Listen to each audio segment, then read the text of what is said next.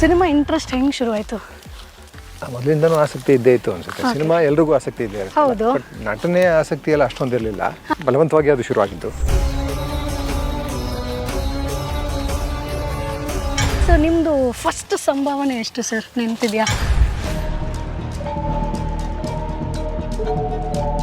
ಇವ್ರು ಬಿಡೋ, ಇವ್ರು ಸ್ಟಾರು, ಒಳ್ಳೆ ದುಡ್ಡಿರುತ್ತೆ, ಒಳ್ಳೆ ರೆಮ್ಯುನರೇಷನ್, ಸಂಭಾವನೆ ಅವ್ರಿಗೆ ಚೆನ್ನಾಗಿ ಬರುತ್ತೆ, ಒಂದು ಸಿನಿಮಾ ವರ್ಷಕ್ಕೆ ಕೊಟ್ಟರೆ ಸಾಕು, ಕೋಟಿ ದುಡಿತಾರೆ ಅನ್ನೋ ಮಾತಿದೆ. ನಮ್ಮಲ್ಲಿ ಇನ್ನೂ ಎಲ್ಲಿ ಹೆಣ್ಮಕ್ಳಿಗೆ ಇನ್ನು ಸ್ಕಿನ್ ಶೋಗೆ, ಮರ ಸುತ್ತೋದಕ್ಕೆ, ಎಕ್ಸ್ಪೋಸ್ ಮಾಡೋದಕ್ಕಿಂತದಕ್ಕೆ ಬಳಸ್ಕೊಂಡು ಅವ್ರಿಗೊಂದು ಅವರದ್ದೇ ಆದ ಒಂದು ಅಸ್ತಿತ್ವ ಸಿನಿಮಾದಲ್ಲಿ ಬೆಳೆಸ್ಕೊಳ್ಳೋದಕ್ಕೆ ಬಿಟ್ಟೇ ಇಲ್ಲ, ತುಂಬ ಕಡಿಮೆ. ಸಿನಿಮಾಲ್ಲಿ ಆ್ಯಕ್ಟ್ ಮಾಡೋರನ್ನೆಲ್ಲ ಹೆಂಗಿರೋ ಅಂತ ನೀವು ಸಿನಿಮಾಲು ಅಷ್ಟೊಂದೆಲ್ಲ ದುಡ್ಡಿದೆ ಅಂತ, ಅಷ್ಟು ಓಡ್ಬಿಟ್ಟಿದೆ ಸಿನಿಮಾ ಅಂದರೆ ಚೆನ್ನಾಗಿದೆ ಸಿನಿಮಾ ಅಂತ ಚೆನ್ನಾಗಿ ಬಂದು ಮೂರ್ಖರಾಗಿ ನೋಡೋದು ಇರುತ್ತಲ್ಲ, ಹಂಗಾಗಿ ಅವನ್ನೆಲ್ಲ ಮಾಡ್ತಾರೆ. ಒಬ್ಬ ಸ್ಟಾರ್ನ ಹೆಸರಿನ ಹಿಂದೆ ಸುಮಾರು ಶ್ರಮ ಇದ್ದಿರುತ್ತೆ. ಈಗ ಒಂದು ಸಿನಿಮಾ ಹಿಟ್ ಆಯಿತು ಅಂತಂದರೆ ಆ ಸಿನಿಮಾಲಿ ಹಿಟ್ಟಾದ ಎಲ್ಲರ ಪಾತ್ರನೂ ಇರುತ್ತಲ್ಲ ಅದರಲ್ಲಿ. ಆದರೆ ಬೆನಿಫಿಟ್ ಹೆಚ್ಚಿಗೆ ನೆಕ್ಸ್ಟ್ ಸಿನಿಮಾಗೆ ಸ್ಟಾರ್ಗೆ ಸಿಗುತ್ತೆ. ಸಿನಿಮಾದಲ್ಲಿ ನನಗೆ ಗೊತ್ತಿರೋ ಮಟ್ಟಿಗೆ ಒಬ್ಬ ಹೀರೋ ಅಥವಾ ಒಬ್ಬ ಸ್ಟಾರ್ ಏನಿರ್ತಾನೆ ಅವನಿಗೆ ತುಂಬ ಜಾಸ್ತಿ ದುಡ್ಡು ಬರುತ್ತೆ. ಹೀರೋಯಿನ್ಗೆ ಕಂಪ್ಯಾರಿಟಿವ್ಲಿ ತುಂಬ ಕಡಿಮೆನೆ. ಹೆಣ್ಮಕ್ಳನ್ನ ಸುಂದರವಾಗೇ ಕಾಣಿಸ್ಬೇಕು, ನಮಗೆ ಹಿಂಗೆ ಇರಬೇಕು, ಕಣ್ಣು ಹಂಗೆ ಇರಬೇಕು, ಕಣ್ಣು ಕೆಳಗಡೆ ಒಂದು ಲೈನು ಬರಬಾರ್ದು, ಇವೆಲ್ಲ ಎಕ್ಸ್ಪೆಕ್ಟ್ ಮಾಡ್ತೀವಲ್ಲ. ಆದರೆ ನಾಯಕ ನಟರಿಗೆ ಆ ಥರದ ಲಿಮಿಟೇಷನ್ಸ್ ಇಲ್ವಲ್ಲ. 50 ವರ್ಷ ಆದರೂ, 60 ವರ್ಷ ಆದರೂ, 70 ವರ್ಷ ಆದರೂ ನಾಯಕ ನಟರೇ ಆಗಿರ್ಬೋದು. ಸರ್, ಇನ್ನು ನಿಮ್ಮ ಸಿನಿಮಾ ಜರ್ನಿ ಅಂತ ಬರೋದಾದ್ರೆ ಸರ್, ಸಿನಿಮಾ ಇಂಟ್ರೆಸ್ಟ್ ಹೆಂಗೆ ಶುರುವಾಯಿತು? ಮೊದಲಿಂದನೂ ಆಸಕ್ತಿ ಇದ್ದೇ ಇತ್ತು ಅನ್ಸುತ್ತೆ. ಸಿನಿಮಾ ಎಲ್ರಿಗೂ ಆಸಕ್ತಿ ಇದೆ, ಬಟ್ ನಟನೆ ಆಸಕ್ತಿ ಎಲ್ಲ ಅಷ್ಟೊಂದಿರಲಿಲ್ಲ. ಸ್ಕೂಲ್ನಲ್ಲಿ ಒಂದು ಸ್ವಲ್ಪ ಥಿಯೇಟ್ರ್ ಅದು ಇದು ಒಂಚೂರು ಇಂಟ್ರೆಸ್ಟ್ ಇತ್ತು. ಬಲವಂತವಾಗಿ ಅದು ಶುರುವಾಗಿದ್ದು. ಓಕೆ. ಸೊ ನೀವು ರಂಗಭೂಮಿಯಲ್ಲಿದ್ರಾ? ಅದು ರಂಗಭೂಮಿ ಅಂತ ಹೇಳ್ಬೋದು, ಒಂದು ಸ್ಕೂಲ್ ರಂಗಭೂಮಿ. ಕುಣಿಗಲ್ನಲ್ಲಿ ಸೆಂಟ್ ರೀಟಾಸ್ ಅಂತ ಒಂದು ಸ್ಕೂಲ್ ನಾನು ಓದಿದ್ದು. ಅಲ್ಲಿ ಜೋಸ್ಪಿನ್ ಅಂತ ಒಬ್ಬರು HM ಇದ್ದರು. ಅಲ್ಲೆಲ್ಲ ಏನಂದರೆ ನಿಮಗೆ ಸ್ಕೂಲ್ ಡೇ ದಿವಸ ಶಾಲಾ ವಾರ್ಷಿಕೋತ್ಸವಕ್ಕೆ ಒಂದು ನಾಟಕ ಇರೋದು. ಯಾವಾಗ ಯಾವುದೋ ಒಂದು ನಾಟಕ ತೊಗೊಳ್ಳೋರು, ಮಾಡಿಸೋರು. ಅದಕ್ಕೇನಂದರೆ ಪೂರ್ತಿ ಡೈಲಾಗ್ ಹೇಳೋದಕ್ಕೆ ಸ್ಕೂಲ್ ಹುಡುಗರಲ್ವಾ, ಹಾಗೆಲ್ಲ ಇವಾಗಿರೋವಂಥ ಟ್ಯಾಲೆಂಟ್ಗಳೆಲ್ಲ ಇರಲಿಲ್ಲ ಅನಿಸುತ್ತೆ ನಮ್ಮಗಳಿಗೆ. ನಾವೆಲ್ಲ ನಾರ್ಮಲ್ ಮಕ್ಕಳಾಗಿದ್ವಿ. ಸೊ ಅತಿ ಹೆಚ್ಚು ಯಾರಿಗೆ ಜ್ಞಾಪಕ ಶಕ್ತಿ ಇದೆಯೋ ಅವರು ನಾಟಕ ಮಾಡ್ಬೋದು ಅಂತ, ಯಾಕೆಂದರೆ ಜ್ಞಾಪಕ ಇಟ್ಕೋಬೇಕು ಅಂತ. ನಾನು ಒಂದು ಥರದ ರ್ಯಾಂಕ್ ಸ್ಟೂಡೆಂಟ್ ಆವಾಗ. ಸೊ ಹಾಗಾಗಿ ಬಲವಂತವಾಗಿ ನನ್ನ ಕರ್ಕೊಂಡೋಗಿ ನಾಟಕ ಮಾಡಿಸಿದ್ರು. ಅದರಲ್ಲಿ ಒಂದು ಮದುವೆ ಬ್ರೋಕರ್ ರೋಲ್, ಜನಗಳಿಗೆ ಮೋಸ ಒಂದು ಹುಡುಗಿನ ಇಟ್ಕೊಂಡು ಮದುವೆ ಬ್ರೋಕರ್ ಅಂತ ಹೇಳ್ಕೊಂಡು ಮೋಸ ಮಾಡೋ ರೋಲ್. ನನಗೆ ಅದು ಆ ರೋಲ್ ಏನಂತನೂ ಗೊತ್ತಿರಲಿಲ್ಲ, ಬ್ರೋಕರ್ ಅಂದರೆ ಏನಂತನೂ ಗೊತ್ತಿರಲಿಲ್ಲ. ಆ ನಾಟಕ ಮಾಡಿ, ಸೊ ಅದು ಇಷ್ಟ ಇಲ್ಲದೆ ತಪ್ಪಿಸ್ಕೊಂಡು ಏನೇನೋ ಮಾಡಿ ಕೊನೆಗೆ ಅವ್ರು ಪನಿಷ್ ಮಾಡಿ ನನ್ನನ್ನು ಕೊನೆಗೆ ಆ ನಾಟಕ ಮಾಡಿ ಅದ್ರ ಮೂಲಕ ಒಂಥರ ಅರಂಗೇಟ್ರಮ್ ನಂದು. ಬಟ್ ಇಂಡಸ್ಟ್ರಿಗೆ ಹೆಂಗೆ ಬಂದ್ರಿ ಸರ್? ಕಾಲೇಜಲ್ಲಿ ಇದ್ದಾಗಲೂ ಅಂದರೆ ನಾಟಕದ ಇಂಟ್ರೆಸ್ಟ್ ಅಲ್ಲಿಂದ ಬಂದುಬಿಡ್ತು ಅನ್ಸುತ್ತೆ. ಹೈಸ್ಕೂಲ್ ಇದ್ದಾಗ ಒಂದು ಪುಟ್ಟ ಸ್ಕಿಟ್ಗಳನ್ನ ನಾನೇ ಮಾಡ್ತಾ ಇದ್ದೆ. ನಾವು ಕಾಲೇಜಿಗೆ ಬಂದಾಗಲೂ ಅದನ್ನೇ ಮಾಡಿದ್ವಿ. ಒಂದಷ್ಟು ನಾಟಕಗಳನ್ನ ಡೈರೆಕ್ಟ್ ಮಾಡಿದ್ದು, ಪುಟ್ಟ ನಾಟಕಗಳನ್ನ. ಅಲ್ಲೇನಂದರೆ ನ್ಯಾಷನಲ್ ಕಾಲೇಜ್ ಸೇರಿಕೊಂಡೆ. ನ್ಯಾಷನಲ್ ಕಾಲೇಜಿನಲ್ಲಿ ಅಲ್ಲಿ ಇಂಟರ್ ಸೆಕ್ಷನ್ ಕಾಂಪಿಟೇಷನ್ ಇರುತ್ತೆ. ಮೇಯ್ನಾಗಿ ಏನಂದರೆ ಎಲ್ರಿಗೂ ಅವಕಾಶ ಸಿಗಲಿ ಅಂತ ಅಷ್ಟೇ. ಒಂದೊಂದು ಸೆಕ್ಷನಲ್ಲೂ ನಾಟಕ ಮಾಡೋದಕ್ಕಿದ್ದಾಗ, ಈಗ ಇಂಟರ್ ಕಾಲೇಜ್ ಅಂತ ಬರೀ ಕಾಲೇಜಲ್ಲಿ ಒಂದು ಸೆಕ್ಷನ್ ಮಾತ್ರ ಸೆಲೆಕ್ಟ್ ಮಾಡ್ತಾರೆ. ಸೊ ಇಂಟರ್ ಸೆಕ್ಷನ್ ಆದಾಗ ಎಲ್ರಿಗೂ ಅವಕಾಶ ಸಿಗುತ್ತೆ. ಆ ಥರ ಸಿಕ್ಕೋ ಅವಕಾಶ ಅಲ್ಲೂ ಇಂಟರ್ ಕಾಲೇಜ್ ನಾಟಕದಲ್ಲೂ ಒಂದಷ್ಟು ಮಾಡಿದೆ. ಹಾಗಾಗಿ ಥಿಯೇಟರ್ ಇಂಟ್ರೆಸ್ಟ್ ಒಂದಷ್ಟಿತ್ತು, ಸಾಹಿತ್ಯದ ಇಂಟ್ರೆಸ್ಟ್ ಇತ್ತು. ಹಾಗಾಗಿ MA ಮಾಡಿದೆ. MAಯಲ್ಲಿ ಫ್ರೆಂಡ್ ಒಬ್ಬರು ಬಾಬು ಅಂತ ಅವ್ರು ಸಿಕ್ಕಿ, ಅವರು ಕಂಟಿಯಲ್ಲಿ ಅಸಿಸ್ಟೆಂಟ್ ಡೈರೆಕ್ಟರ್ ಆಗಿದ್ದರು. ಸೊ ಅಸೋಸಿಯೇಟ್ ಡೈರೆಕ್ಟರ್ ಆಗಿದ್ದರು. ಅವರು ಕರ್ಕೊಂಡೋಗಿ ಡೈರೆಕ್ಟರ್ ಇಂಟ್ರೊಡ್ಯೂಸ್ ಮಾಡಿಕೊಟ್ಟು ಯಾವುದೋ ಒಂದು ರೋಲು ಅಂದ್ಕೊಂಡು ಆ ಫೋಟೋ ತೊಗೊಂಡು ಹೋದಾಗ ಆ ಫೋಟೋ ಅವ್ರಿಗೆ ಇಷ್ಟ ಆಗಿ ಬೀರಾ ಅಂತ ಪಾತ್ರ. ಸೊ ನಿಮ್ಮದು ಫಸ್ಟ್ ಸಿನಿಮಾ? ಆ ಮೇಜರ್ ಸಿನಿಮಾ ಕಂಟಿನ್ಯೂ. ಅದಕ್ಕೆ ಮುಂಚೆ ಧರ್ಮ, ನನ್ನ ಫ್ರೆಂಡು ನನ್ನ ಫಸ್ಟ್ ಫೋಟೋ ಶೂಟ್ ಮಾಡಿದ ಹರೀಶ್ ಅಂತ, ಅವ್ನ ಫ್ರೆಂಡ್ ಧರ್ಮ. ಅವರೊಂದು ಸಿನಿಮಾ ಕರ್ಕೊಂಡು ಹೋಗ್ತೀವಿ ಅಂತ, ಅದು ಮನೆ ಮಗಳು ಅಂತ ಒಂದು ಸಿನಿಮಾ ಕರ್ಕೊಂಡು ಹೋಗಿತ್ತು. ಒಳ್ಳೆ ರೋಲ್ ಅಂತ ಕರ್ಕೊಂಡು ಹೋಗಿದ್ರು. ಅಷ್ಟೊತ್ತಿಗೆ ಅದು ಆ ರೋಲ್ ಇವರಿಗೆ ನಟರಂಗ ರಾಜೇಶ್ ಅವರಿಗೆ ಹೋಗಿತ್ತು ಅನ್ಸುತ್ತೆ. ಅವರು ಆವಾಗಲೇ ತುಂಬ ಎಸ್ಟಾಬ್ಲಿಷ್ಡ್ ಆಗ್ತರು, ಒಳ್ಳೆ ಆಗ್ತರು. ಆ ರೋಲ್ ಇವನು ಪಾಪ ಏನೋ ಆಸೆ ಇಲ್ಲ, ನನಗೆ ಕೊಡ್ತೀನಿ ಕರ್ಕೊಂಡು ಹೋಗಿ, ಅಲ್ಲಿ ಸಿಕ್ಕಲಿಲ್ಲ. ವಾಪಸ್ ಹೊರಡೋಣ ಅಂತ ರೆಡಿ ಇದ್ವಿ. ಅಷ್ಟರೊಳಗಡೆ ಒಬ್ಬರು ಶಶಿ ಅಂತ, ಓಂ ಪ್ರಕಾಶ್ ಅಲ್ಲ, ಸಾಯಿ ಪ್ರಕಾಶ್ ಅವರ ಅಸಿಸ್ಟೆಂಟ್ ಅವರು, ಅಸೋಸಿಯೇಟ್ ಅವರು. ಅವ್ರೇ ನೀವೆಲ್ಲ ಯಾರು ಅಂತ, ಧರ್ಮನ್ ಫ್ರೆಂಡು, ಅವನ ಜೊತೆ ಬಂದಿದ್ದೀರಲ್ವ, ಹಾಗೆ ನಿಂತ್ಕೊಳ್ಳಿ ಅಂತ ಧರ್ಮನ ಹಿಂದೆ ನಿಲ್ಲಿಸ್ಬಿಟ್ರು.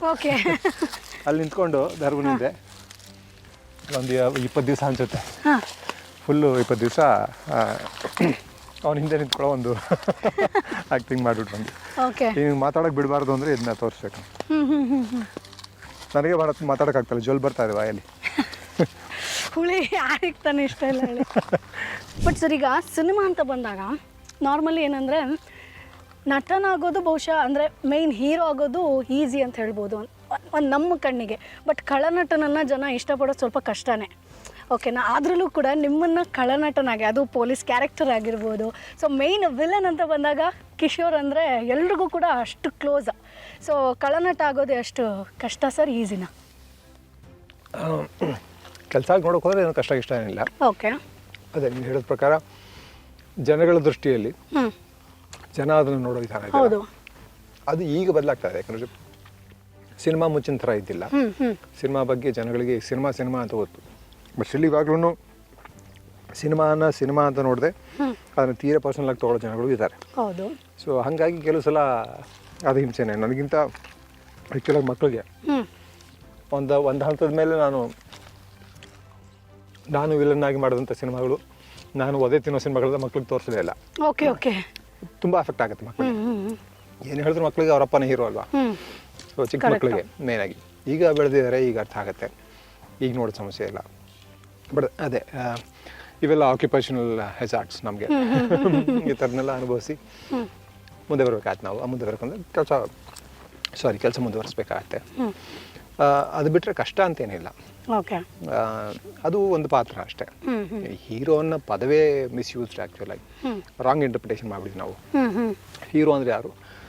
ಸಮಾಜಕ್ಕೋಸ್ಕರ, ಸಮುದಾಯಕ್ಕೋಸ್ಕರ ಏನಾದ್ರು ದೊಡ್ಡದಾಗಿ ಮಾಡಿದವನು, ತ್ಯಾಗ ಮಾಡಿದವನು, ಅಥವಾ ಕೆಲಸ ಮಾಡಿದವನು, ಜನಗಳು ಒಳಿತಿಗೆ ಅಥವಾ ಇನ್ನೊಬ್ಬರು ಒಳಿತಿಗೆ ಏನೋ ಒಂದು ಮಾಡಿದವನು, ಸ್ವಾರ್ಥನ ಬಿಟ್ಟು ಮಾಡಿದವನು. ಸಿನಿಮಾಲ್ಲಿ ಆ್ಯಕ್ಟ್ ಮಾಡೋರನ್ನೆಲ್ಲ ಹೆಂಗೆ ಹೀರೋ ಅಂತ ನೀವು? ಅವನು ಒಂದು ಕಥೆ ಹೇಳೋದಕ್ಕೆ ಕಥಾನಾಯಕನ ಪಾತ್ರ. ಅವನು ಕಥಾನಾಯಕ ಕೂಡ ಅಲ್ಲ, ಕಥಾನಾಯಕನ ಪಾತ್ರ ಅಷ್ಟೇ. ನಾವೆಲ್ಲರೂ ಪಾತ್ರಧಾರಿಗಳಷ್ಟೇ ಆಯ್ತಾ. ಸೊ ಹಾಗಾಗಿ ಸುಮ್ಮನೆ ಹೀರೋ ಅನ್ನುವಂಥ ಅಂದರೆ ಮೇ ಬಿ ಆ ಇಮೇಜ್ ಎಲ್ಲ ಸಿನಿಮಾ ಓಡಿಸೋದಕ್ಕೆ ಅನುಕೂಲ ಆಗ್ಬೋದು. ಅದು ಏನಂದರೆ ಜನಗಳನ್ನ ಮೋಸ ಮಾಡಿ ಸಿನಿಮಾ ಓಡಿಸೋದಕ್ಕೆ, ಜನಗಳಿಗೆ ಸಿನಿಮಾದ ಬಗ್ಗೆ ಪೂರ್ತಿ ಅರಿವು ಕೊಟ್ಟು ಅವ್ರನ್ನ ಸಿನಿಮಾದಲ್ಲಿ ಎಜುಕೇಟ್ ಮಾಡಿ ಸಿನಿಮಾ ನೀವು ಓಡಿಸ್ಬೇಕು ಅಂತಂದರೆ ಇಂಥದ್ದೆಲ್ಲ ಮಾಡಲಿಲ್ಲ ಅಂದರೆ ಆಗಲ್ವಲ್ಲ. ಆ ಥರ ಮಾಡಿದಾಗ ಅಂದರೆ ಪ್ರಾಮಾಣಿಕವಾಗಿ ಸಿನಿಮಾ ಮಾಡಿ ಸಿನಿಮಾ ಪ್ರೇಕ್ಷಕರನ್ನ ಪ್ರಬುದ್ಧರನ್ನಾಗಿ ಮಾಡಿ ಅಂಥವ್ರಿಗೂ ಸಿನಿಮಾ ತೋರಿಸ್ತೀವಿ ಅಂದರೆ ಇಟ್ಸ್ ಚಾಲೆಂಜ್. ಅವಾಗ ಈ ಥರದ ಅಡ್ಡಾಡಿಲ್ಲ ಹಿಡಿಬೇಕಾಗಲ್ಲ, ಹೀರೋಯಿನ್ ಅಂತೆಲ್ಲ. ಇವೆಲ್ಲ ಯಾಕೆ ಬೇಕಾಗುತ್ತೆ ಅಂತಂದರೆ ಜನಗಳನ್ನ ಮೋಸ ಮಾಡಿ ಜನಗಳನ್ನ ಒಂದು ಭ್ರಮೆಯಲ್ಲಿಟ್ಟು, ಸಿನಿಮಾ ಅನ್ನೋದು ಒಂದು ಕಾಲ್ಪನಿಕ ಜಗತ್ತು, ಒಂದು ಡ್ರೀಮ್ ಲ್ಯಾಂಡ್, ಒಂದು ಕನಸಿನ ಜಗತ್ತು ಅಂತ ಭ್ರಮೆ ಹೋಗ್ತೀವಿ. ಅದು ಆ್ಯಕ್ಚುಲಾಗಿ ಆ ಥರದ್ದೇ ಎಕ್ಸ್ಪೀರಿಯನ್ಸ್. ಸಿನಿಮಾ ಏನಕ್ಕೆ ಅಷ್ಟು ಪವರ್ಫುಲ್ ಅಂದರೆ ನೀವು ಸುಮಾರು ಟೂಲ್ಸ್ನ ಯೂಸ್ ಮಾಡ್ತೀವಿ ನಾವು. ಮ್ಯೂಸಿಕ್ಕು, ಸೀನು, ಸಿನಿಮಾಟೋಗ್ರಫಿ ಇವೆಲ್ಲವನ್ನು ಯೂಸ್ ಮಾಡಿ, ನಾವು ಪಾತ್ರಗಳು ಯೂಸ್ ಮಾಡಿ, ಆ್ಯಕ್ಟರ್ಸ್ನ ಯೂಸ್ ಮಾಡಿ, ಸನ್ನಿವೇಶಗಳನ್ನ ಕ್ರಿಯೇಟ್ ಮಾಡಿ, ಇವನ್ನೆಲ್ಲ ಯೂಸ್ ಮಾಡಿ ಎಫೆಕ್ಟಿವ್ ಆಗಿ ಒಂದು ಕಥೆ ಹೇಳ್ತಾರೆ. It's very immersive experience. ಥಿಯೇಟ್ರಲ್ಲಿ ಕೂತ್ಕೊಂಡ್ರೆ ಕಳೆದೇ ಹೋಗ್ತೀವಿ.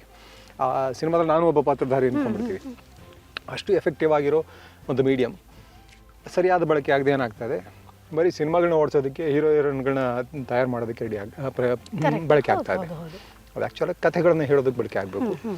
ಜನಗಳಿಗೆ ಬೇಕಾದಂಥ ಜನಗಳ ಕಥೆಯನ್ನು ಹೇಳೋದಕ್ಕೆ ಬಳಕೆ ಆಗಬೇಕು. ಓಕೆ. ಬಟ್ ಈಗ ಸಿನಿಮಾ ಇಂಡಸ್ಟ್ರಿ ಅಂತ ಬಂದಾಗ ನೀವು ಇಷ್ಟು ವರ್ಷ ಸರ್ವೈವ್ ಆಗಿದ್ದೀರಾ ಸರ್, ಒಳ್ಳೊಳ್ಳೆ ಪಾತ್ರ ಆಗಿರ್ಬೋದು, ಒಳ್ಳೊಳ್ಳೆ ಸಿನಿಮಾನ ಕೊಟ್ಟಿದ್ದೀರಾ. ಬಟ್ ಒಂದು ಮಾತಿದೆ, ಸಿನಿಮಾ ಇಂಡಸ್ಟ್ರಿಯಲ್ಲಿ ಸರ್ವೈವ್ ಆಗೋದು ಭಾರಿ ಕಷ್ಟ. ಅಂದರೆ ಆ ಥರ ಒಂದು ಬ್ಯಾಕ್ಗ್ರೌಂಡ್ ಇರಬೇಕು, ಒಂದು ನೇಮು ಫೇಮು ಅದಿರಬೇಕು, ಅಥವಾ ಏನೋ ಒಂದು ಸರ್ವೈವ್ ಆಗೋದಕ್ಕೆ ಏನೋ ಒಂದು ಇಂಪಾರ್ಟೆನ್ಸ್ ಕೊಡಬೇಕು ಅಂತ. ಬಟ್ ನಿಮ್ಮ ಪ್ರಕಾರ ಏನು ಸರ್, ಹೆಂಗೆ ಸರ್ವೈವ್ ಆಗ್ಬೋದು? ನೀವು ಹೆಂಗೆ ಸರ್ವೈವ್ ಆದ್ರಿ? ಗೊತ್ತಿಲ್ಲ, ನನ್ನ ಕೆಲಸ ನಾನು ಮಾಡ್ಕೊಂಡು ಹೋದೆ. ನಾನು ಅದೃಷ್ಟವಂತ, ಹಾಗಾಗಿ ಸರ್ವೈವ್ ಆಗಿದ್ದೇನೆ ಅಷ್ಟೇ. ಯಾಕಂದರೆ ನನಗಿಂತ ಟ್ಯಾಲೆಂಟೆಡ್ ಸುಮಾರು ಜನ ನೋಡಿದೆ. ನಾನು ಬಂದ ದಾರಿಯಲ್ಲೇ ನನ್ನ ಜೊತೆಗೆ ಶುರುವಾದ ಸುಮಾರು ಜನ ತುಂಬ ಅದ್ಭುತವಾದ ಟ್ಯಾಲೆಂಟ್ಗಳೆಲ್ಲ ಏನೂ ಆಗದೆ ಕಳೆದು ಹೋಗಿದ್ದಾರೆ. ಹೌದು. ಸೊ ಹಾಗಿರುವಾಗ ಇಂಥದ್ದೇ ದಾರಿ ಅಂತ ಹೇಳೋಕ್ಕಾಗಲ್ಲ, ನನಗೂ ಗೊತ್ತಿಲ್ಲ. ನನ್ನ ಮಟ್ಟಿಗೆ ನನ್ನ ಕೆಲಸ ನಾನು ಮಾಡ್ಕೊಂಡು ಹೋದೆ ಅಷ್ಟೇ, ಬೇರೆ ಯಾವುದೂ ಗೊತ್ತಿಲ್ಲ. ಅಂದರೆ ನಾವು ಎಷ್ಟೊಂದು ಕಲಾವಿದರು ನೋಡಿರ್ತೀವಿ, ಸಖತ್ತಾಗಿ ಆ್ಯಕ್ಟ್ ಮಾಡ್ತಾರೆ, ಬಟ್ ನೆಕ್ಸ್ಟ್ ಸಿನಿಮಾ ತುಂಬ ವರ್ಷ ಕಾಣಿಸೋದೇ ಇಲ್ಲ, ಏನಾಯಿತು ಅಂತ. ಸೊ ಅದಕ್ಕೆ main reason it's collective activity ಅಲ್ಲ. ಸಿನಿಮಾದಲ್ಲಿ ನಿರ್ಧಾರ ತೊಗೊಳ್ತಾ ಯಾರು? ಹೌದು. ಒಬ್ಬ ಡೈರೆಕ್ಟರ್, ಇಲ್ಲ ಒಬ್ಬ ನಿರ್ಮಾಪಕ, ಇಲ್ಲ ಒಬ್ಬ ಸ್ಟಾರ್. ನಮ್ಮ ಸಿನಿಮಾಗಳು ನಡೀತಾ ಇರೋದೇ ಸ್ಟಾರ್ಗಳ ಮೇಲೆ ಎಲ್ಲ. ಈ ಮೂರು ಜನ ಯಾರೊಬ್ಬರು ಸೆನ್ಸಿಬಲ್ ಆಗಿದ್ದರೆ ಟ್ಯಾಲೆಂಟನ್ನ ಐಡೆಂಟಿಫೈ ಮಾಡಿ ಅವ್ರನ್ನ ಕರ್ಕೊಂಡು ಅವ್ರಿಗೆ ಕೆಲಸ ಕೊಟ್ಟು ಇನ್ನೂ ಒಳ್ಳೊಳ್ಳೆ ಸಿನಿಮಾಗಳು ಮಾಡ್ಬೋದು. ಇವ್ರುಗಳು ಬರೀ ತಮ್ಮ ಉಳಿವಿನ ಬಗ್ಗೆನೇ ಯೋಚನೆ ಮಾಡ್ತಾ ಇದ್ದಾರೆ. ಬರೀ ಜನಗಳಿಗೆ ಹೇಗೆ ಯಾಮಾರಿಸಿ ನಾವು ಸಂಪಾದನೆ ಮಾಡ್ಬೋದು, ನಾವು ಸ್ಟಾರ್ಗಳಾಗಿರ್ಬೋದು, ನಮ್ಮ ಸಿನಿಮಾ ಓಡಿಸ್ಕೋಬೋದು ಅಂತ ಅಂದ್ಕೊಂಡಿದ್ರೆ ಏನೂ ಸಾಧ್ಯ ಇಲ್ಲ. ಹಾಗಾಗಿನೇ ಸುಮಾರು ಟ್ಯಾಲೆಂಟ್ಗಳು ಕಳೆದು ಹೋಗೋದು. ನಿಜವಾದ ಟ್ಯಾಲೆಂಟ್ಗಳಿಗೆ ಅವಕಾಶ ಸಿಗ್ತಾ ಇಲ್ಲ. ಯಾಕೆ ಅಂತಂದರೆ ನೀವು ಅದರ ಟ್ಯಾಲೆಂಟನ್ನು ನೋಡುವಂಥ, ಆಯ್ಕೆ ಮಾಡುವಂಥ ಶಕ್ತಿ ನಮಗಿಲ್ಲ. ಆಸ್ ಅ ಪೂರ್ತಿ ಒಂದು ಮಾಧ್ಯಮವಾಗಿ ನಾವು ಅದ್ರಲ್ಲಿ ಸೋತಿದ್ದೀವಿ. ಯಾರಿಗೂ ಸಿಕ್ಕಿಲ್ಲ ಅವಕಾಶ ಅಂತಂದ್ರೆ. ಹೌದು. ಈಗ ಸೇಮ್ ಈಗ ರೈತನ ಸಮಸ್ಯೆ ಥರನೇ ಸಿನಿಮಾ ರಂಗದ ಸಿನಿಮಾ ಕಾರ್ಮಿಕನ ಸಮಸ್ಯೆ. ಕಾರ್ಮಿಕ ಅಂದರೆ ಕಲಾವಿದ, ಕಾರ್ಮಿಕ ಎಲ್ಲರೂ ಅಷ್ಟೇ. ಸರ್, ಈಗ ಹೀರೋಯಿನು, ಹೀರೋ ಅಥವಾ ಕಳನಟ ಯಾರೊಬ್ರು ಸಿನಿಮಾದಲ್ಲಿ ಒಳ್ಳೆ ನೇಮ್ ಮಾಡಿದ್ರು ಅಂತಂದರೆ ಜನರು ಏನು ಅನ್ಕೋತಾರೆ, ಓಕೆ ಇವ್ರಿಗೆ ಬಿಡೋ, ಇವ್ರು ಸ್ಟಾರು, ಒಳ್ಳೆ ದುಡ್ಡಿರುತ್ತೆ, ಒಳ್ಳೆ ರೆಮ್ಯುನರೇಷನ್ ಸಂಭಾವನೆ ಅವ್ರಿಗೆ ಚೆನ್ನಾಗಿ ಬರುತ್ತೆ, ಒಂದು ಸಿನಿಮಾ ವರ್ಷಕ್ಕೆ ಕೊಟ್ಟರೆ ಸಾಕು, ಕೋಟಿ ದುಡಿತಾರೆ ಅನ್ನೋ ಮಾತಿದೆ. ಸೊ ಅದ್ರ ಬಗ್ಗೆ ನಿಮ್ಮ ಒಪಿನಿಯನ್ ಏನು ಸರ್? ನಿಮ್ಗೇನಾದರೂ ಕೋಟಿ ಸಿಕ್ಕಿದ್ಯಾ? ಅದೇ ಆ ಭ್ರಮೆ ಇರುತ್ತೆ. ಆ ಭ್ರಮೆಯನ್ನು ಬಳಸ್ಕೊಂಡು ಒಂದಷ್ಟು ಪಬ್ಲಿಸಿಟಿ ಮಾಡುವಂಥ ಹೊಸ ಪದ್ಧತಿ ಬಂದಿದೆ ಈಗ. ಅಷ್ಟು ಕೋಟಿ ಕೊಟ್ಟರು, ಇಷ್ಟು ಕೋಟಿ ಕೊಟ್ಟರು ಅಂತ ಒಂದು ಸಿನಿಮಾಲು ಅಷ್ಟೊಂದೆಲ್ಲ ದುಡ್ಡಿದೆ ಅಂತ, ಅಷ್ಟು ಓಡ್ಬಿಟ್ಟಿದೆ ಸಿನಿಮಾ ಅಂದರೆ ಚೆನ್ನಾಗಿದೆ ಸಿನಿಮಾ ಅಂತ ಜನ ಬಂದು ಮೂರ್ಖರಾಗಿ ನೋಡೋದು ಇರುತ್ತಲ್ಲ, ಹಂಗಾಗಿ ಅವನ್ನೆಲ್ಲ ಮಾಡ್ತಾರೆ. ಆ ಥರ ಅಷ್ಟೊಂದೆಲ್ಲ ಇಲ್ಲ ಅಂತ ಅನ್ಸುತ್ತೆ. ಕೆಲವ್ರಿಗೆ ದುಡ್ಡು ಸಿಗ್ತಾ ಇದೆ ಅಂದರೆ ಅಗೇನ್ ಇಲ್ಲೂ ಡಿವಿಷನ್ ಆಫ್ ಇದು ಅವರ ಎಫರ್ಟ್ಗೆ ತಕ್ಕಂಗೆ ಹಣ ಹಂಚಿಕೆ ಆಗ್ತಾ ಇಲ್ಲ ಅಂತಾನೆ ನನಗೆ ಅನ್ಸುತ್ತೆ. ಒಬ್ಬ ಸ್ಟಾರ್ನ ಹೆಸರಿನ ಹಿಂದೆ ಸುಮಾರು ಶ್ರಮ ಇದ್ದಿರುತ್ತೆ. ಈಗ ಒಂದು ಸಿನಿಮಾ ಹಿಟ್ ಆಯ್ತು ಅಂತಂದ್ರೆ ಆ ಸಿನಿಮಾಲಿ ಹಿಟ್ ಆದ ಎಲ್ಲರ ಪಾತ್ರನೂ ಇರುತ್ತಲ್ಲ ಅದರಲ್ಲಿ. ಆದರೆ ಬೆನಿಫಿಟ್ ಹೆಚ್ಚಿಗೆ ನೆಕ್ಸ್ಟ್ ಸಿನಿಮಾಗೆ ಸ್ಟಾರ್ಗೆ ಸಿಗುತ್ತೆ ಹೆಚ್ಚಿಗೆ. ನಿಜ, ಅಲ್ಲಿ ಆ ಸ್ಟಾರ್ನ ಶ್ರಮವೂ ಇರುತ್ತೆ. ಯಾಕಂದ್ರೆ ಅದನ್ನ ಆ ಪ್ರಾಜೆಕ್ಟ್ನ ಡಿಸೈಡ್ ಮಾಡೋದ್ರಿಂದ ಹಿಡಿದು ಯಾಕಂದ್ರೆ ಅವನೇ ಮುಂದೆ ತಗೊಂಡು ಹೋಗ್ಬೇಕಾಗತ್ತೆ ಆ ಸಿನಿಮಾ ಜನಗಳಿಗೆ ಹೋಗಿ ತಲುಪೋ ತನಕ. ಮುಂಚೆ ಇದ್ದ ಹಾಗೆ ಸ್ಟಾರ್ಗಳನ್ನ ಬೆಳೆಸಿ ಸ್ಟಾರ್ಗಳಿಂದ ಸಿನಿಮಾನ ಬೆಳೆಸುವಂಥ ಒಂದು ಪರಿಪಾಠ ಇತ್ತಲ್ಲ, ಅದಿಲ್ಲ ಈಗ. ಮುಂಚೆಲ್ಲ ಈಗ ವಿಷ್ಣುವರ್ಧನ್ ಅಂತ ಬಂದರು ಅಂತ ಇಟ್ಕೊಳ್ಳಿ, ಅಂಬರೀಷ್ ಬಂದರು, ಅವ್ರನ್ನ ಸ್ಟಾರ್ ಆಗಿ ಮಾಡುವಂಥ ಒಂದು ಕೆಲಸ ಇವ್ರಿಗೆ ಗೊತ್ತಿತ್ತು ತುಂಬ. ಆ ಕಲೆ ಇಲ್ಲಿದ್ದ ನಿರ್ಮಾಪಕರಿಗೆ, ನಿರ್ದೇಶಕರಿಗೆ ತುಂಬ ಚೆನ್ನಾಗಿತ್ತು. ಅಷ್ಟು ಮಾಡದೆ ಅವ್ರು ಏನು ಮಾಡ್ತಾರೆ, ಅಲ್ಲಿಗೆ ಬಿಡ್ತಾ ಇರಲ್ಲ. ಆ ಸ್ಟಾರ್ನ ಬಳಸ್ಕೊಂಡು ಇನ್ನೊಂದಷ್ಟು ಒಳ್ಳೆ ಸಿನಿಮಾ ಮಾಡ್ತಾರೆ. ಅದ್ರ ಮೂಲಕ ಇನ್ನೊಂದಷ್ಟು ಕಲಾವಿದರನ್ನ, ತಂತ್ರಜ್ಞಾನ ಇಂಟ್ರೊಡ್ಯೂಸ್ ಮಾಡ್ತಾ ಇದ್ರು. So it's continuous process, cycle ಥರ ಆಗ್ತಾನೆ ಇರಬೇಕು ಅದು. ಅದ್ರ ಜೊತೆಗೆ ಇಲ್ಲಿ ಬರೋ ಲಾಭದ ಹಂಚಿಕೆನೂ ಒಂದು ಲೆವೆಲ್ಗೆ ಆಗ್ಬೇಕು. ನಾವು ಆ ಥರದೊಂದು ಪ್ರೊಡಕ್ಷನ್ ಇವಾಗ ಟ್ರೈ ಮಾಡ್ತಾ ಇದೀವಿ. ಅಂದರೆ ಎಲ್ಲರೂ ರಿಸ್ಕ್ ತೊಗೊಂಡು ಒಳಗಡೆ ಬರೋ ಥರ, ಎಲ್ರಿಗೂ ಅವರವರ ಮಾರುಕಟ್ಟೆ ಶೇರ್ ಏನಿದೆಯೋ ಇವಾಗ ಅಷ್ಟನ್ನೇ ಕೊಡೋದು. ಜೊತೆಗೆ ಲಾಭ ಬಂದರೆ ಅದನ್ನು ಬಂಡವಾಳ ಆಗಿ ಅವರ ಶ್ರಮವನ್ನು ಬಂಡವಾಳ ಅಂತ ತಿಳಿದು, ಲಾಭ ಬಂದರೆ ಅದರಲ್ಲಿ ಅಷ್ಟೇ ಅವರ ಬಂಡವಾಳ ಎಷ್ಟಿತ್ತೋ, ಅವ್ರ ಶ್ರಮ ಎಷ್ಟಿತ್ತೋ ಅದಕ್ಕೆ ತಕ್ಕ ಹಾಗೆ ವಾಪಸ್ ಕೊಡುವಂಥ ಒಂದು ಅಟೆಂಪ್ಟ್ ಆಗ್ತಾ ಇದೆ ಸಿನಿಮಾದಲ್ಲಿ. ನನಗೆ ಗೊತ್ತಿರೋ ಮಟ್ಟಿಗೆ ಒಬ್ಬ ಹೀರೋ ಅಥವಾ ಒಬ್ಬ ಸ್ಟಾರ್ ಏನಿರ್ತಾನೆ ಅವನಿಗೆ ತುಂಬ ಜಾಸ್ತಿ ದುಡ್ಡು ಬರುತ್ತೆ. ಹೀರೋಯಿನ್ಗೆ ಕಂಪ್ಯಾರಿಟಿವ್ಲಿ ತುಂಬ ಕಡಿಮೆನೆ ನೋಡೋದು. ಹೀರೋಯಿನ್ ಅಂತ ಹೇಳ್ತಾರಲ್ಲ ಇವರು, ಕಥಾನಾಯಕಿಗೆ ತುಂಬ ಕಡಿಮೆನೆ. ಅದು ಯಾವತ್ತಿಗೆ ಸಮ ಆಗುತ್ತೆ ಗೊತ್ತಿಲ್ಲ. ಮೋಸ್ಟ್ ಪ್ರಾಬ್ಲಿ ಆ ನಟಿಗೆ ಬೇಡಿಕೆ ತುಂಬ ಜಾಸ್ತಿ ಆಗಿ ಅವ್ರ ಬಗ್ಗೆನೇ ಸಿನಿಮಾಗಳು, ವುಮೆನ್ ಸೆಂಟ್ರಿಕ್ ಸಿನಿಮಾಗಳನ್ನ ಮಾಡಕ್ಕೆ ಶುರು ಮಾಡ್ತಾರಲ್ಲ. ಸೊ ಸ್ಟಾರ್ಡಮ್ ಅಷ್ಟು ಬೆಳೆದಾಗ ಅವೆಲ್ಲ ಸಾಧ್ಯ ಆಗುತ್ತೆ ಅನ್ಸುತ್ತೆ. ಅದನ್ನ ಅವ್ರುಗಳೇ ಮಾಡ್ಕೋಬೇಕಾಗತ್ತೆ ಇವಾಗೆಲ್ಲ.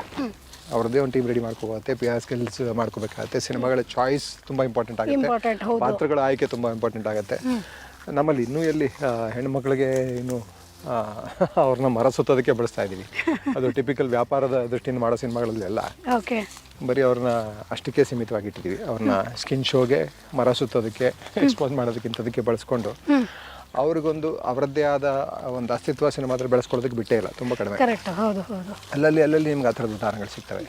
ಈಗ ತಮಿಳ್ನಲ್ಲಿ ಹೋದ್ರೆ ನೀವು ನಯನತಾರ ಮಾಡ್ತಾ ಇದ್ದಾರೆ ಆ ಥರದ ಸಿನಿಮಾಗಳು, ತ್ರಿಷಾ, ಇವರೆಲ್ಲ ಸುಮಾರು ಜನ ಮಾಡ್ತಾ ಇದ್ರು. ನಮ್ಮಲ್ಲಿ ಮಾಲಾಶ್ರೀ ಇದ್ರು, ಕಲ್ಪನಾ ಇದ್ರು, ಮಾಲಾಶ್ರೀ ಇದ್ರು, ಸುಮಾರು ಜನ ಆ ಥರದ ಮಟ್ಟಿಗೆ ಹೋಗಿ ಬರೀ ಅವರ ಹೆಸರಿನಲ್ಲೇ ಸಿನಿಮಾಗೆ ಬಂದು ಜನ ನೋಡುವಷ್ಟು ಒಂದು ಇಮೇಜನ್ನು ಕ್ರಿಯೇಟ್ ಮಾಡಿರ್ತೀವಿ ಜನಗಳಲ್ಲಿ.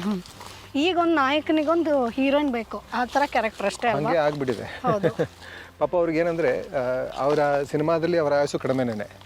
ಅವ್ರೊಂದು 5 ವರ್ಷ 6 ವರ್ಷ ಮ್ಯಾಕ್ಸಿಮಮ್ 10 ವರ್ಷ ಇದ್ರೆ ತುಂಬಾ ದೊಡ್ಡ ಇದು. ಅಂದ್ರೆ ನೀವು ಹೆಣ್ಮಕ್ಳನ್ನ ಸುಂದರವಾಗೇ ಕಾಣಿಸ್ಬೇಕು, ನಮಗೆ ಹಿಂಗೆ ಇರಬೇಕು, ಕಣ್ಣು ಹಂಗೆ ಇರಬೇಕು, ಕಣ್ಣು ಕೆಳಗಡೆ ಒಂದು ಲೈನು ಬರಬಾರ್ದು, ಇವೆಲ್ಲ ಎಕ್ಸ್ಪೆಕ್ಟ್ ಮಾಡ್ತೀವಲ್ಲ. ಆದರೆ ನಾಯಕ ನಟರಿಗೆ ಆ ಥರದ ಲಿಮಿಟೇಷನ್ಸ್ ಇಲ್ವಲ್ಲ. ಅವ್ರು 50 ವರ್ಷ ಆದರೂ 60 ವರ್ಷ ಆದರೂ 70 ವರ್ಷ ಆದರೂ ನಾಯಕ ನಟರೇ ಆಗಿರ್ಬೋದು. ಮಿಕ್ಕಿದವರೆಲ್ಲ ಡಿಮೋಷನ್ ತೊಗೊಂಡು ಅಪ್ಪ ಅಮ್ಮ ಅಜ್ಜಿ ಕೊಟ್ಟೋಗ್ಬಿಡ್ಬೇಕು, ಅಕ್ಕ ಅಜ್ಜಿ, ಹೀಗಾಗಿ ಡಿಮೋಷನ್ ಶುರು ಆಗೋಗ್ಬಿಡುತ್ತೆ. ಲಿಮಿಟೇಷನ್ ಇದೆಯಲ್ಲ. ಸರ್, ನಿಮ್ಮದು ಫಸ್ಟ್ ಸಂಭಾವನೆ ಎಷ್ಟು ಸರ್, ನೆನಪಿದೆಯಾ? 0. ಶೂನ್ಯ ಸಂಪಾದನೆ. ಒಂಥರ ಒಳ್ಳೇದು. ಬಟ್ ಸಂಭಾವನೆ ಇಲ್ಲದೆ ಆಕ್ಟ್ ಮಾಡಿದ್ರಿ. ಮೊದಲೆಲ್ಲ ಅವಕಾಶಕ್ಕೋಸ್ಕರ ಮಾಡ್ತಾ ಇದ್ವಿ. ಅದಾದ್ಮೇಲೆ ಸರ್ ನಿಮ್ಗೊಂದು ಬೇಸಿಕ್ ಇಷ್ಟು ಅಂತ ಸಿಕ್ಕಿರುತ್ತಲ್ವಾ? ತುಂಬಾ ಸಣ್ಣದಾಗೆ ಸಿಗಕ್ಕೆ ಶುರು ಆಯ್ತು. 20,000 30,000 ಹಾಗೆ ಶುರು ಮಾಡಿದ್ದು. ಸೊ ಅದು ಲಕ್ಷಗಳಿಗೆ ಬರೋ ಅಷ್ಟೊಳಗೆ ತುಂಬಾ ದಿವಸನೇ ಆಯ್ತು. ಬಟ್ ದಾರಿ ನೋಡಿದಾಗ ನಿಮ್ಗೆ ಎಷ್ಟು ಪ್ರೌಡ್ ಫೀಲ್ ಇದೆ ಸರ್?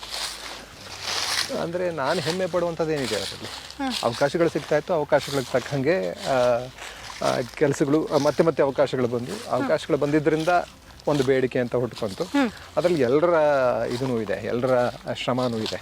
ಬರೀ ನನ್ನ ಶ್ರಮ ಮಾತ್ರ ಅದ್ರಲ್ಲಿ ಕಲೆಕ್ಟಿವ್ ಆಗಿ ನಾನು ಹಿಂಗೆ ಬೆಳೆದು ಬಂದೆ ಅಷ್ಟೇ. ಓಕೆ. ಸೊ ಈಗ ನೆಕ್ಸ್ಟ್ ಪ್ರಾಜೆಕ್ಟ್ ಯಾವುದು ಸರ್? ಯಾವ್ದು ಮಾಡ್ತಾ ಇದ್ದೀರಾ ಸದ್ಯಕ್ಕೆ?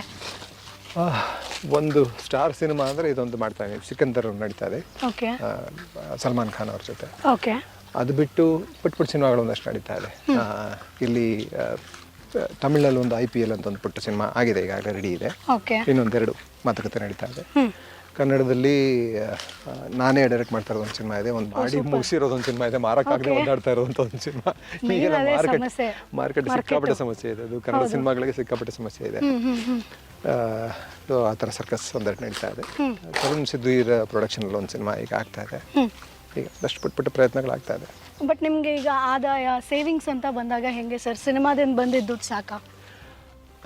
ಸಾಕಾಗಬೇಕಾಯ್ತು, ಅಂದರೆ ಕರೆಕ್ಟಾಗಿ ಇನ್ವೆಸ್ಟ್ ಮಾಡಿದ್ರೆ ಸಾಕಾಗಬೇಕಾಯ್ತು. ನಾನು ಬರೀ ವ್ಯವಸಾಯದ ಭೂಮಿ ಮೇಲೆ ಮಾಡಿದ್ರಿಂದ ಗೊತ್ತಿಲ್ಲ, ಅಂದರೆ ಅವಶ್ಯಕತೆಗಳನ್ನ ಕಡಿಮೆ ಮಾಡಿಕೊಂಡ್ರೆ ಎಲ್ಲವೂ ಸಾಕು, ಎಷ್ಟಿದ್ರೂ ಸಾಕು. ಬಟ್ ಎಲ್ಲೆಲ್ಲಿ ಸೇವಿಂಗ್ಸ್ ಮಾಡ್ತೀರಾ ಸರ್? ಒಂದು ಓಕೆ, ನನಗೆ ಗೊತ್ತಾಯ್ತು ಕೃಷಿದ ಮೇಲೆ, ಜಾಗದ ಮೇಲೆ ಸೇವಿಂಗ್ಸ್ ಮಾಡ್ತಾರೆ, ಅದು ಬಿಟ್ಟು ಇದು ಸೇವಿಂಗ್ಸ್ ಅಂತ ನಾನು ನೋಡಿದ್ದೇ ಇಲ್ಲ.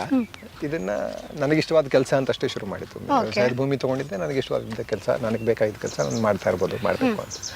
ಈಗಲೂ ನನಗೆ ಸಿನಿಮಾದಲ್ಲಿ ಅವಕಾಶ ಇಲ್ಲ, ನಾನು ವ್ಯವಸಾಯ ಮಾಡ್ಕೊಂಡಿರ್ತೀನಿ. ನನ್ನ ಹೊಟ್ಟೆಗೆ ಪಡೆಗೆ ಏನು ಬೇಕೋ ಅಷ್ಟಂತೂ ಆಗುತ್ತೆ, ಖಂಡಿತ ಆಗುತ್ತೆ. ಮೋಸ್ಟ್ ಪ್ರಾಬ್ಲಿ ಅದೇ ಈ ಮಕ್ಕಳು ಹೊರಗಡೆ ಹೋಗ್ತೀವಿ ಅಂತೆಲ್ಲ ಅಂದ್ರೆ ಅವಕ್ಕೆಲ್ಲ ಸಾಲದು ಏನೋ ದುಡ್ಡು, ಆವಾಗ ಅಡಗಿಡ ಇಡಬೇಕಾಗ್ಬೋದು, ಸಾಲ ತೊಗೋಬೇಕಾಗ್ಬೋದು.